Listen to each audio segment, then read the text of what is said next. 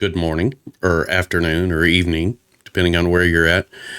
Today we're going to continue on with reading the Quran, a chronological modern English interpretation by Jason Chris Houck.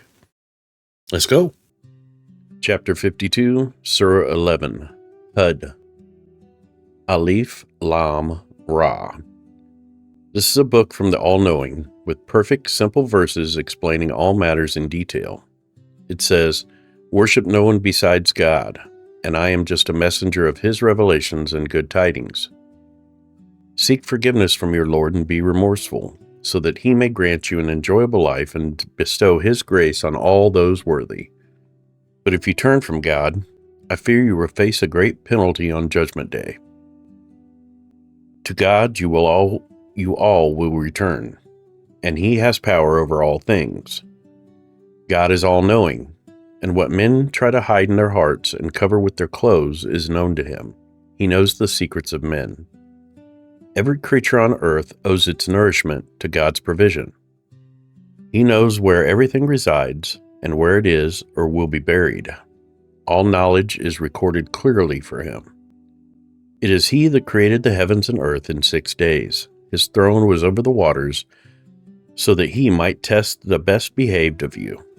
But if you were to tell Him, 'You shall be raised up after you die,' the unfaithful would reply, 'That is obviously nothing but magic.' And if we delay their punishment until a specified time, they will say, 'What delays it?' On the day that they receive their punishment, there is nothing that will hold back what they have mocked. And if we gave man a short gift of mercy from punishment, when it is removed, he will be thankless for our mercy. And if we show him favor after he has suffered adversity, he will simply say, 'The evils have left me.' Man is boastful and will just rejoice, giving no credit to God. But the exception to this is the man that shows patience and does good deeds. For that man there is forgiveness and a great reward. Do not abandon what we have revealed to you, Muhammad, because mankind makes you upset. Surely they will say to you, 'Why didn't God send us a treasure or an angel?' You are the only messenger. God has power over all things. When people say, 'You fabricated the Quran,' say to them, 'If you are right, then try to fabricate 10 chapters like these. You can call on anyone besides God to help you. If your gods don't respond to your requests, then you must know that this is a revelation from God, and that there is no God except Him. Then will you submit to God? If people desire the present life and all that glitters, we shall give it to them in full payment for their deeds, and they will not suffer any loss, but they will receive nothing in the afterlife except the fire. For what they achieved in this present world will come to nothing. Can people who accept a clear sign from their Lord as recited by a messenger, like those who were guided by the book of Moses, the Bible, before them, be equal to people that don't? For those who reject the signs will meet in the fire in the afterlife. Never doubt that outcome, for it's the truth from your Lord. Unfortunately, most men do not believe the signs. Is there any man more unjust than those who create lies concerning God? When they are brought before God, witnesses will say, 'These are the people that lied against their Lord, and now curse of God will be upon them.' Anyone that hinders another man from the path to God by twisting the path will be denied in the hereafter. They will not escape God's plans for earth and will have no protectors. Thus their punishment will be doubled. They lost their power to hear, and they did not see. They are the ones who have lost their own souls, and the lies they invented will fail them in the end. They will be the greatest losers in the hereafter. But those who are faithful, do righteous works, and humble themselves before the Lord will be the rightful companions in heaven and abide in the garden. There is a parable comparing 2 kinds of men, those who are blind and deaf, and those who can see and hear. Are the 2 equal? Will man not take heed of the warnings? We sent Noah to his people, and he said, 'I am a messenger, serve no one but God. If you don't, I fear a harsh penalty.' But the chiefs of the unfaithful said to him, We think you are but a man like us, and we only see the most wretched among us following you with poor judgment. You have no power to speak to us, and we think you are liars." Noah replied, "My people, if I have been given a clear sign from my Lord and received his mercy, but you cannot see the signs, shall we be able to force you to accept a sign that you are averse to? My people, I don't ask for any payment in return, for my reward comes from God. I will not drive away the faithful, but they have to meet their Lord. But I see you are the ignorant ones." He continued, "My people, who will help me against God if I drove them away? I have not told you that I have the treasures of God or that I know the future. I don't claim to be an angel. And I haven't told these men you despise that God will grant them, and I haven't told these men you despise that God will grant them their every wish, for God knows what is in their souls, and it would be wrong of me to say those things." The men replied, "Noah, you have argued with us long enough now. So why don't you just bring these threats you have been promising to us, if you are actually telling the truth?"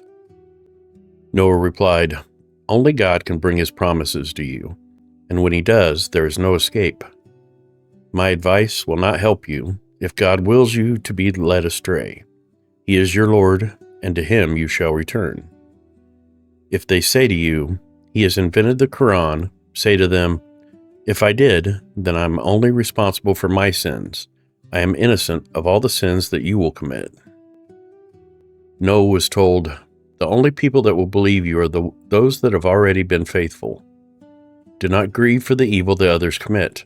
Build an ark, as we have inspired you to, and do not call upon us any more about those who have sinned. The sinners are going to be drowned." Noah began to build the ark, and every time the chiefs would pass by and mock him, Noah would reply, "Although you ridicule us now, we will soon mock you. Soon you will know who is going to receive punishment and a lasting doom."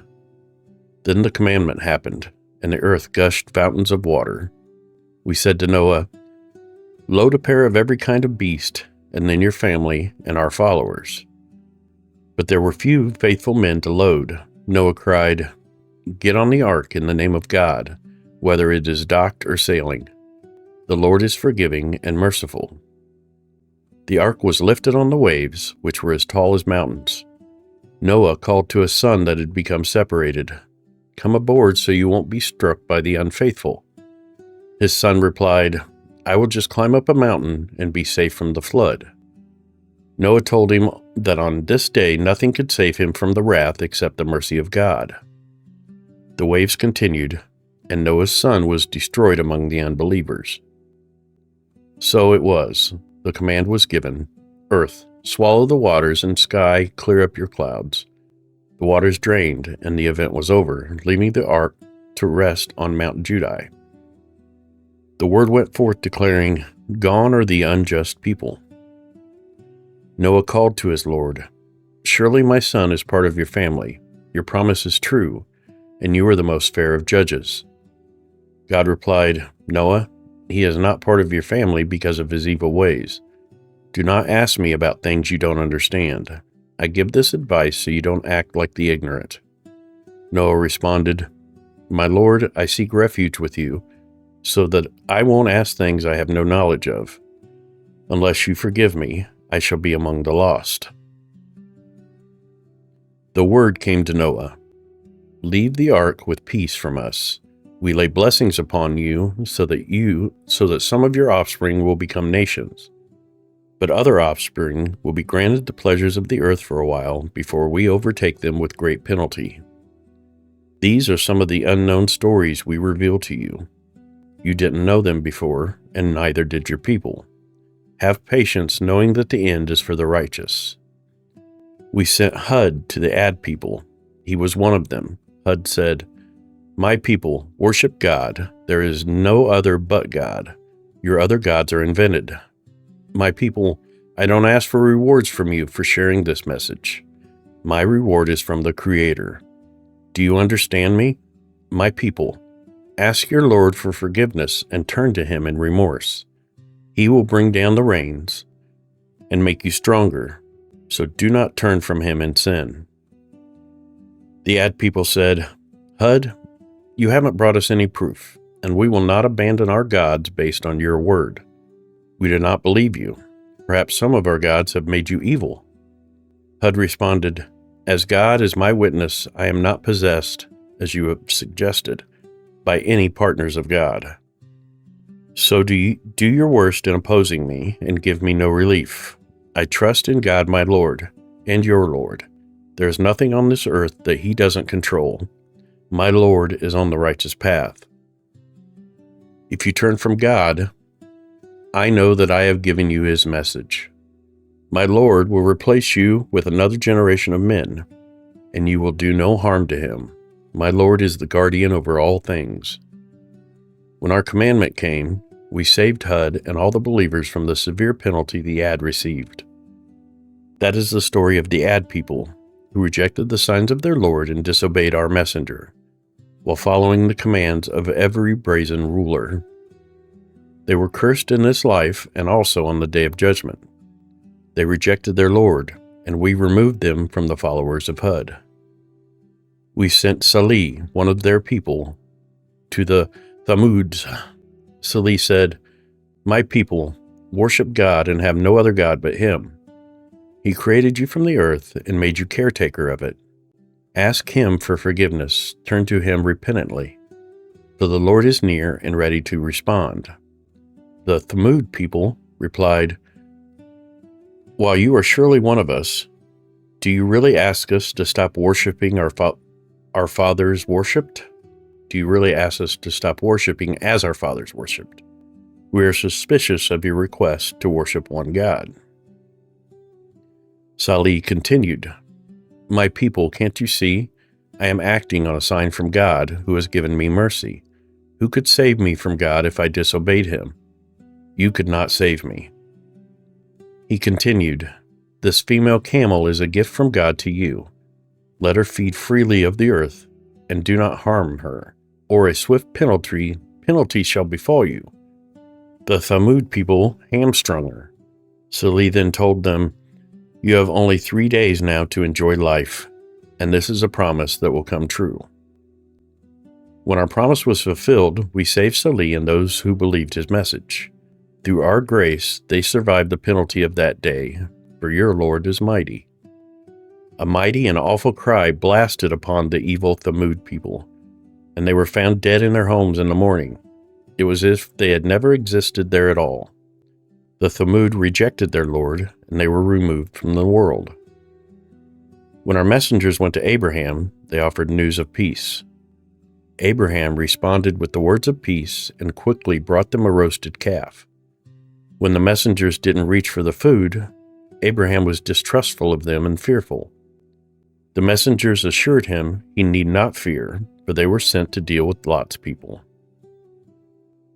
Abraham's wife laughed when the messengers told her of a son for her named Isaac and his son Jacob.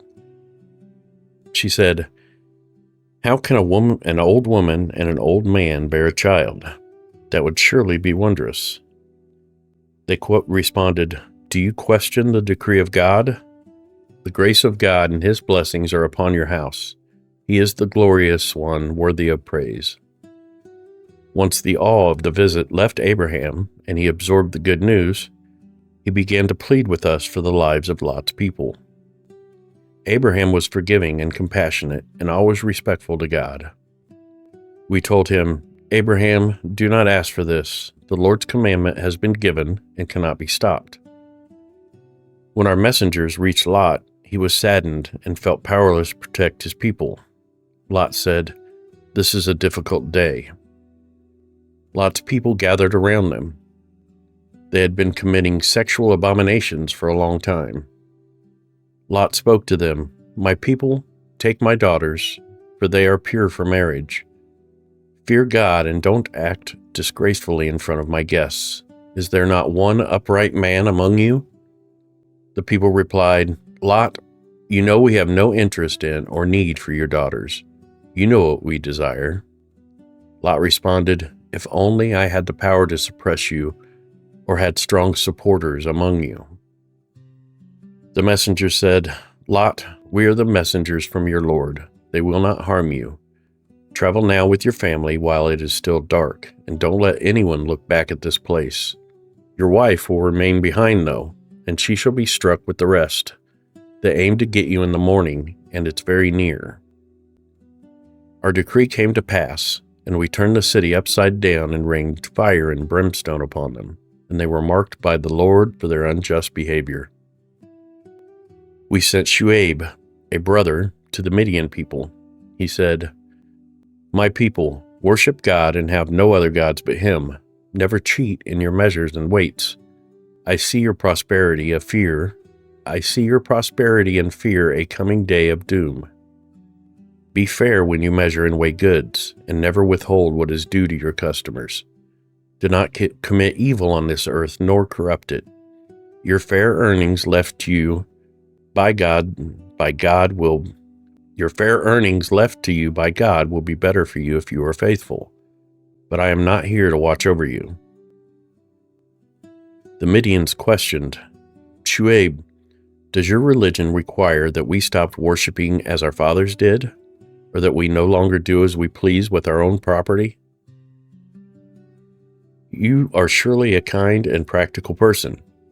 Shuaib spoke, "My people, have you not considered that I am acting based on a sign from my Lord, and that He has given me sustenance to sustain my work? I do not ask you to be fair so that I may cheat and profit behind your backs. My only desire is to reform us. My success in this endeavor is determined solely by God. On Him I rely and pray." He continued, "People, do not let your disagreements with me cause you to sin, or you will suffer the same fate as the people of Noah, Hud, Salih, and Lot in the near future.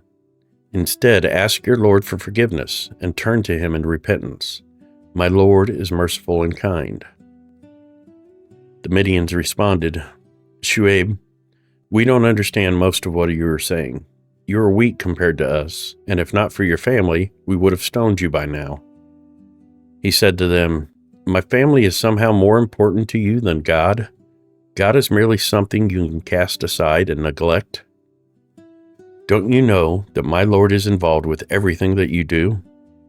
My people, do as you wish based on your beliefs, and know that I am acting upon mine.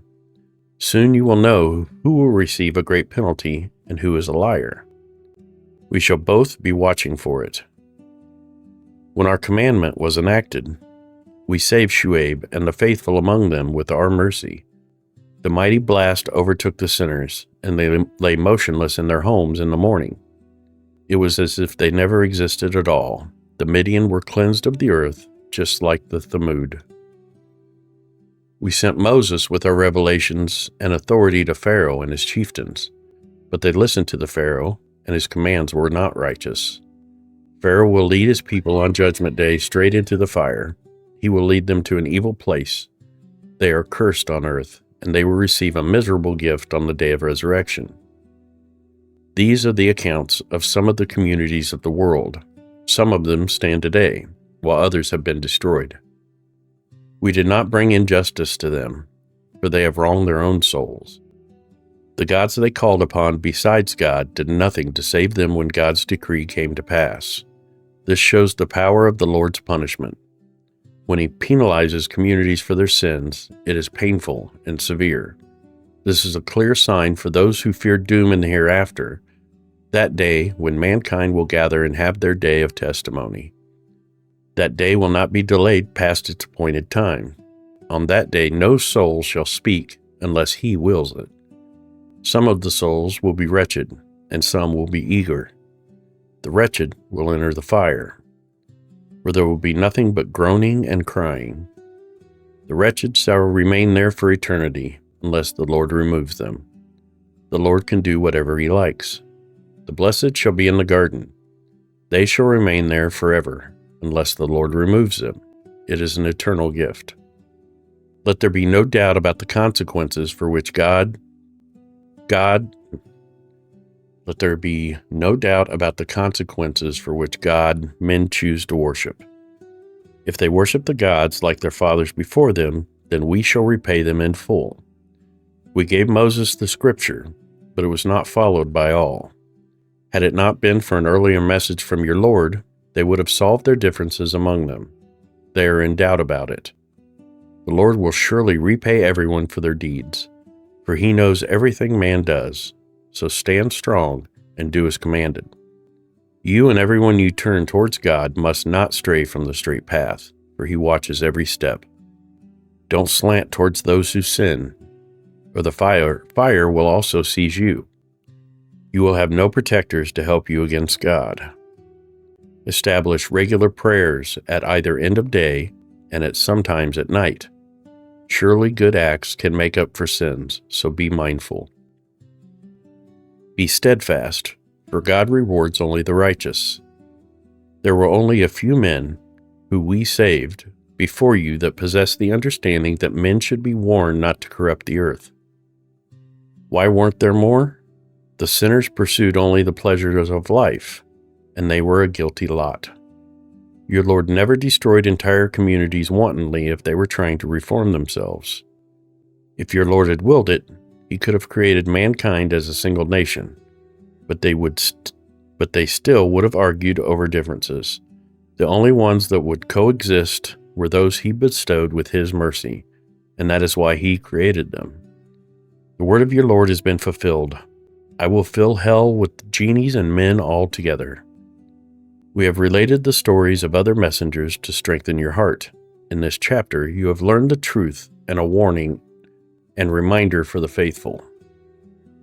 Say to the unfaithful, act according to your beliefs, as we too are acting on ours. Wait, for we are waiting. Chapter 53, Surah 12, Yusuf or Joseph. Alif, Lam, Ra. These are the signs of this clear book. We have sent it down as a lecture in Arabic so that you may learn. We reveal to you the stories in the best narration in this inspired Quran. Before this book, you were among those who were ignorant. And Joseph told his father, in my dream I saw 11 planets and the sun and moon all bowing towards me. His father replied, my son, do not tell your brothers, or they will plot against you. Satan is the enemy of mankind. Your Lord will surely choose you and teach you how to interpret visions. He will place his grace on you and the families of Jacob, just as he placed it on your forefathers Abraham and Isaac. Your Lord is all-knowing and wise. In Joseph and his brothers are signs for those who seek truth. The brothers said, Joseph and his brother, Benjamin, are loved more by our father than we are, but we are a stronger group, and our father is clearly wrong. One said, kill Joseph or force him out into some unknown land, so that father may give his favor to you, for there will be time enough for you to become righteous afterwards. Another said, don't kill Joseph, but instead throw him in a well, for he will surely be picked up by some travelers eventually. They spoke to their father later.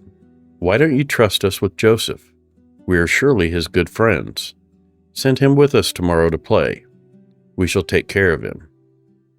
Jacob replied, it saddens me, because if you take him with you, I fear a wolf may eat him while you're not watching him.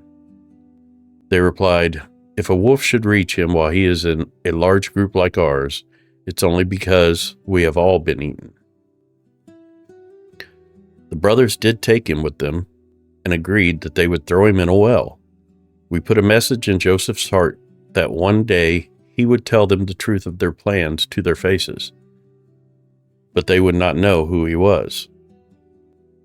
The brothers came crying to their father at nightfall, saying, you will never believe us, even though we speak the truth, father. But we all ran away and left Joseph with the gear, and a wolf devoured him. They showed him a blood-stained shirt they created, and the father said, your souls have allowed you to fabricate this tale, but for me, I choose patience. Only God alone could help in a situation such as you describe. A caravan of travelers sent their water carrier to the well, and when he retrieved his bucket, he said, "Good news, we have found a fine young boy." They hid the boy as treasure, but God knew what they had done. Later they sold him for a very low price of a few silver coins, but they underestimated his worth. The Egyptian man who bought him told his wife to give him an honorable home, so that maybe he will prove useful to us, or maybe we will adopt him as our son. When Joseph became an adult, we gave him wisdom and knowledge, for we reward those who do good. One day, the woman in whose house he lived tried to seduce him into an evil act. She bolted the door and said to him, "Come to me." Joseph said, "It is forbidden. I seek refuge in God. Your husband is my master, and he has given me a good home. Wrongdoers are never rewarded." She desired him, and he would have also desired her, but he knew the will of his Lord, and he could turn away from evil and shameful acts. He was one of our most sincere servants. They both raced towards the locked door, and she tore his shirt from behind. And as they opened the door, her husband arrived. She asked, "What shall be the punishment for someone that tries to do this act to your wife? Prison or a painful penalty?" Joseph responded, "It was she that tried to seduce me into sin." One of the house servants saw the event and spoke, "If she is truthful and he is a liar, then his shirt should be ripped in the front. But if the shirt is ripped from the back, then she is a liar and he is truthful." When he looked at the shirt torn from behind, the husband said, "Woman, you are guilty in this case, and your scheme is a strong one." He declared, "Joseph, leave this matter alone now, and woman, ask forgiveness for your sins, for you are guilty." The ladies of the city were gossiping about the wife of the ruler, Aziz, trying to seduce her slave boy. They said, "He must have affected her deeply, and that she was clearly in the wrong." She heard of the gossip and invited them to a banquet. She placed a knife before each of them and said to Joseph, "Walk in the room in front of them all." When the women saw him, they worshipped his beauty and cut their hands absent-mindedly, saying, "God is great. This is no mortal man, but instead a graceful angel." The wife spoke to them, "Here is the man you blamed me for lusting after. I did try to seduce him, but he resisted nobly. But now, if he doesn't do my bidding, he will be cast into prison among the disgraced." Joseph cried, "O Lord, prison is better for me than to do the acts they ask of me. If you don't fend off these women, my youthful foolishness will drive me to become a sinner." So his Lord heard his prayer and fended off the women, for he hears and knows everything. The men decided, after seeing the signs of his innocence, that it would still be best to imprison him for a while. In the prison, he met two young men. One said, "I dreamed I was a wine presser." The other said, "I dreamed I was carrying bread on my head and the birds were eating it. Please tell us what these meant, for we know you are a person that can interpret dreams well and are virtuous." He explained, "Before your next meal arrives, I will reveal the meaning of the dreams. This is a duty placed on me by my Lord. I have abandoned the ways of people who don't believe in God and deny the existence of the hereafter. I follow the way of my forefathers, Abraham, Isaac, and Jacob. Never would we attribute any partners to God. This is due to the grace God has placed upon us and mankind. Most men do not give thanks. My fellow prisoners, I ask, are many gods better than one supreme God? Those other gods you worship besides God are just names created by you and your fathers, and they have no authority from God. Command belongs solely to God, and he commands that you worship no one but him. This is the correct faith, but most men are ignorant. My fellow prisoners, one of you will pour the wine for your Lord to drink, while the other will be crucified, and the birds will eat from your head. This is the meanings of the dreams you asked for." Joseph asked the prisoner that was about to be released to mention his name outside in the presence of his king. But Satan made the prisoner forget to mention Joseph, and he remained in prison for a few more years. The king of Egypt said to his dream interpreters, "I have a vision of 7 fat cows being eaten by 7 thin ones, and 7 green ears of corn, and 7 more dry ears. So what does it mean?"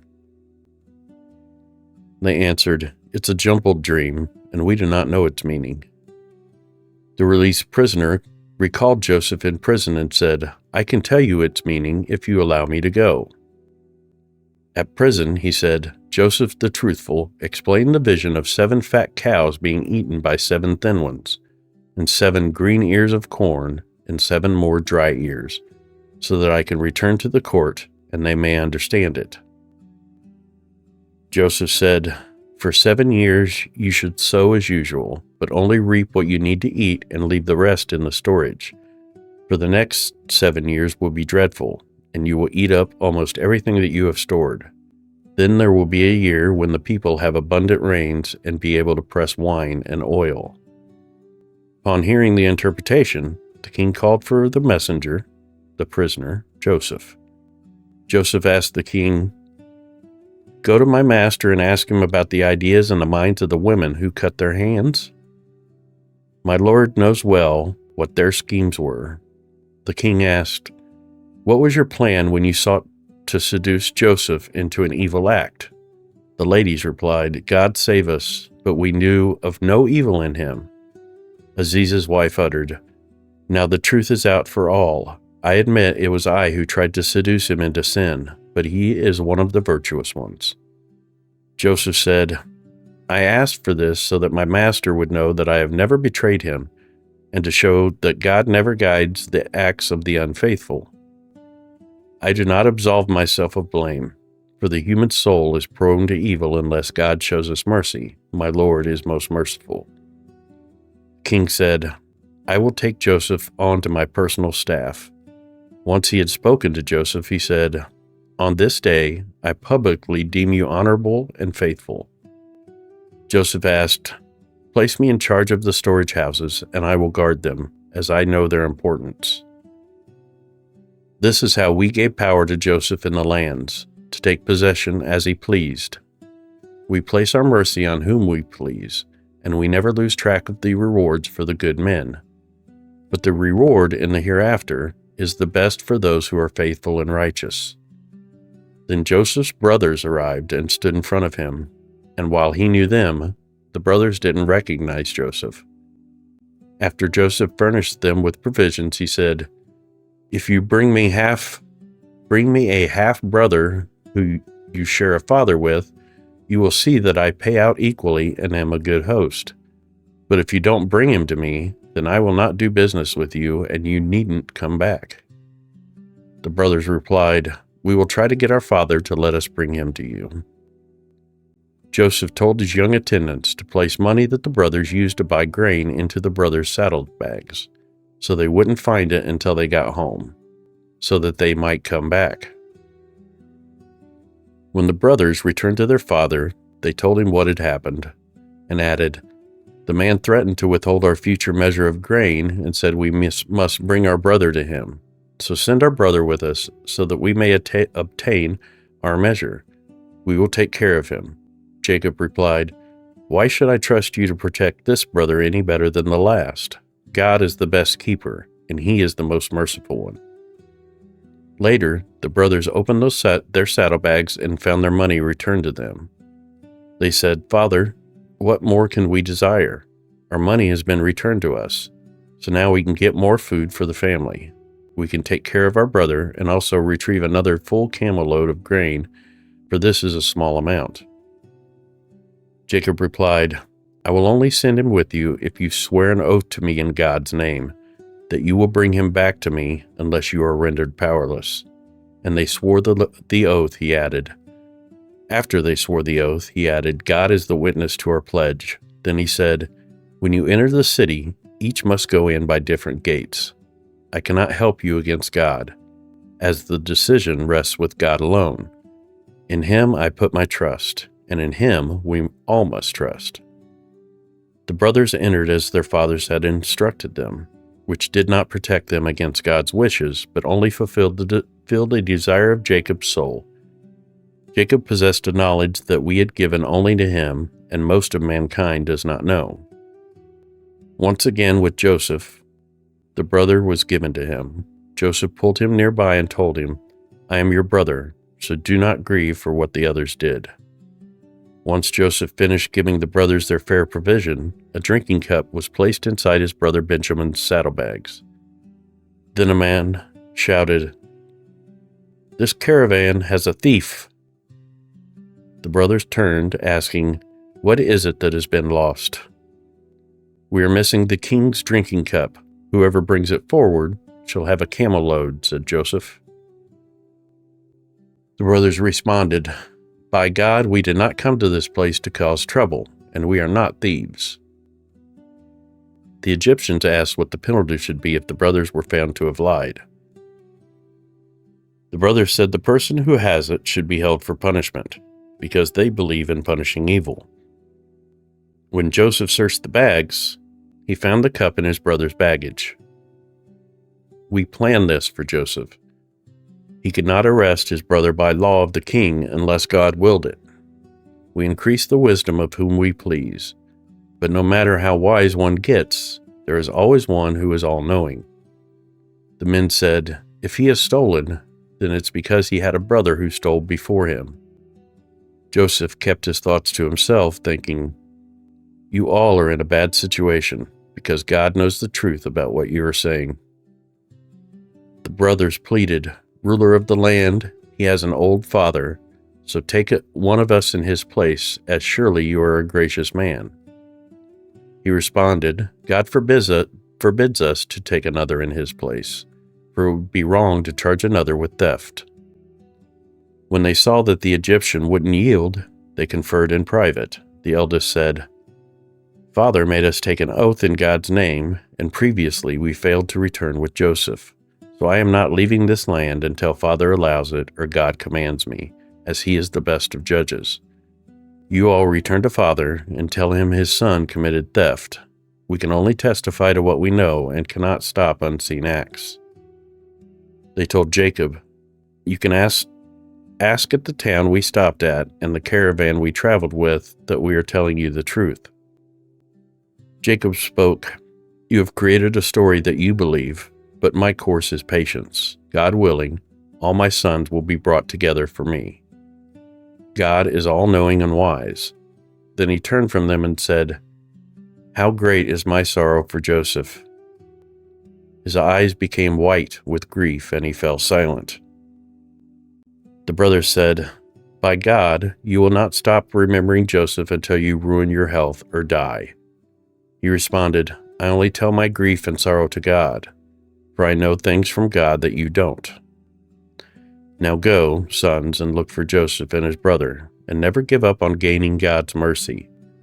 No one gives up on seeking God's mercy except the most unfaithful people." Back in Joseph's place, they said, "Dear ruler, our family has faced misfortune, and although we haven't enough money, please pay us our full measure. Treat us as a charity case, for God rewards the charitable."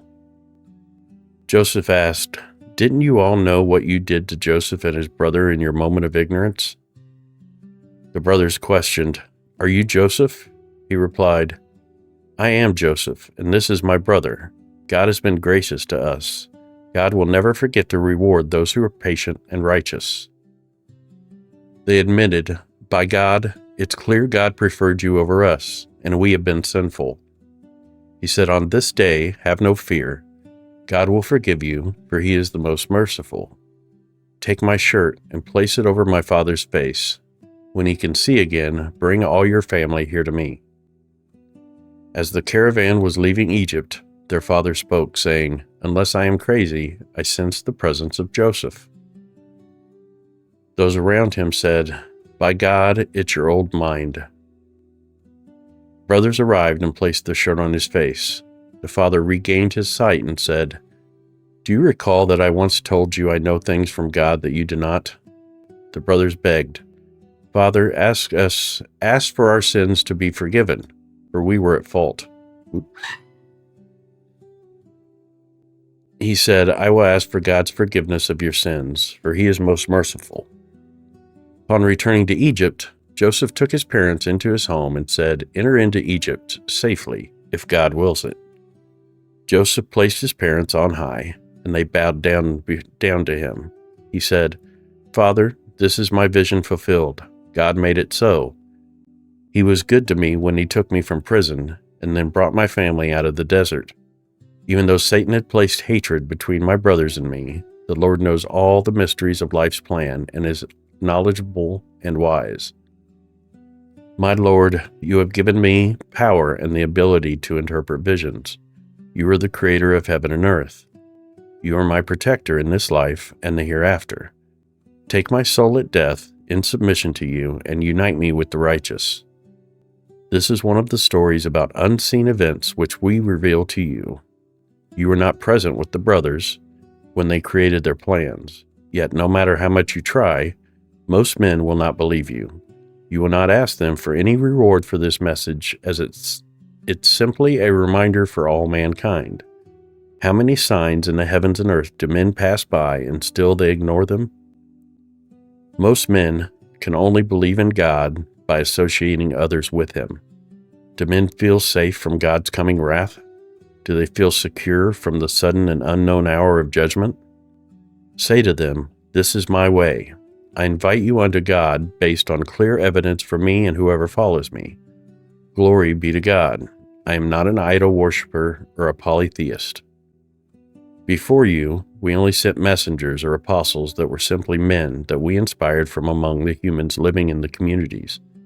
Does man not travel and see the remains of the people who were punished before them?